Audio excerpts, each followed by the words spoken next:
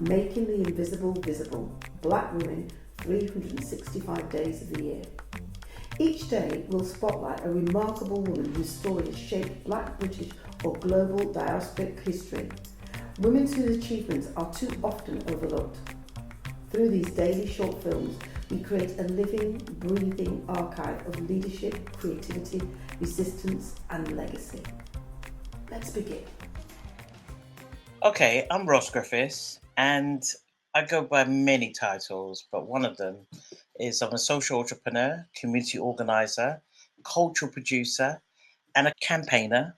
But above all, I am someone who believes in the power of people, place, and collective action. For more than 30 years, my work has centered on creating spaces where communities can tell their stories, celebrate their heritage, and have a meaningful voice in shaping places they call home. I'm driven by a simple question: what can we create when communities are given the confidence and resources and opportunity to lead? My work is unpredictable. One day I might be developing a cultural project. The next I might be bringing together community leaders, artists, politicians, business, residents around the same table. At the heart of everything I'm creating connections between people, ideas, history, and place. Projects such as the Big Caribbean Lunch, Windrush Untold Stories exhibition, and Windrush Arts Bar, which is my latest project, which we're turning disused toilets into an arts bar. For me, it's more than about the individual events and initiatives. They're about creating platforms for people to be seen, heard, and valued. What matters most to me is authenticity.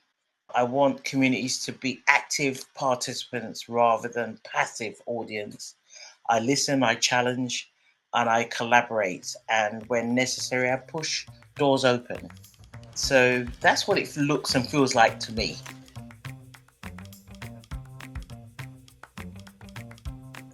I would say that a moment, person, or a project that shaped me is the Windrush generation.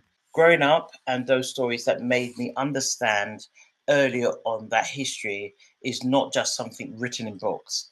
It's lived, it's in people's families, it's communities and places. The creation of the Big Caribbean Lunch was my particular significant moment. What began as an idea to bring people together over food and conversation has grown into a much bigger platform for celebrating Caribbean heritage, honoring elders, and creating intergenerational connections. Windrush Untold Stories exhibition reinforced for me the importance of giving people the opportunity to tell their stories in their own voices. It reminded me of when we preserve people's stories, we are also protecting their memory, identity, and belonging for future generations. So it's so important to create a space that is intergenerational, that we can learn from our elders what their journeys were.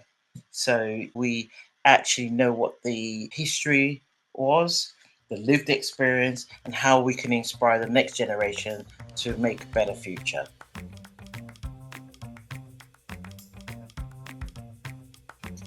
People may see the public facing events, meetings, finished projects, but they don't always see the years of conversation, emails, setbacks, negotiations, problem solving that sits behind it. I don't take no as the end of the conversation. Sometimes it means finding another route. I also believe deeply in community ownership. I'm not interested in creating projects that simply done for the communities. I want people to have genuine stake in what is created, to feel that it belongs to them.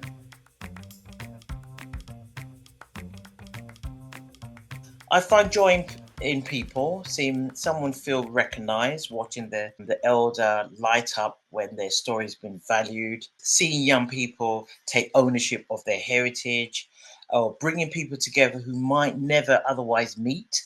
Those are the moments that keep me going. I also try to recognize that progress doesn't always look dramatic. Sometimes small conversation, new relationship, or someone saying, I never thought about it like that before. For me, joy and activism are not opposite. Celebration is part of resistance, and creating space of joy is in itself a form of community building. So when you look at things like the carnival, that is a form of a resistance. Coming together is a form of resistance. So I celebrate small wins and look for those small moments that make a big difference. It's just the joy of making people feel so happy and that you thought about them. You want to do things differently and not just do what you've always done and expect a different result. It's about those human qualities, love, unity, respect.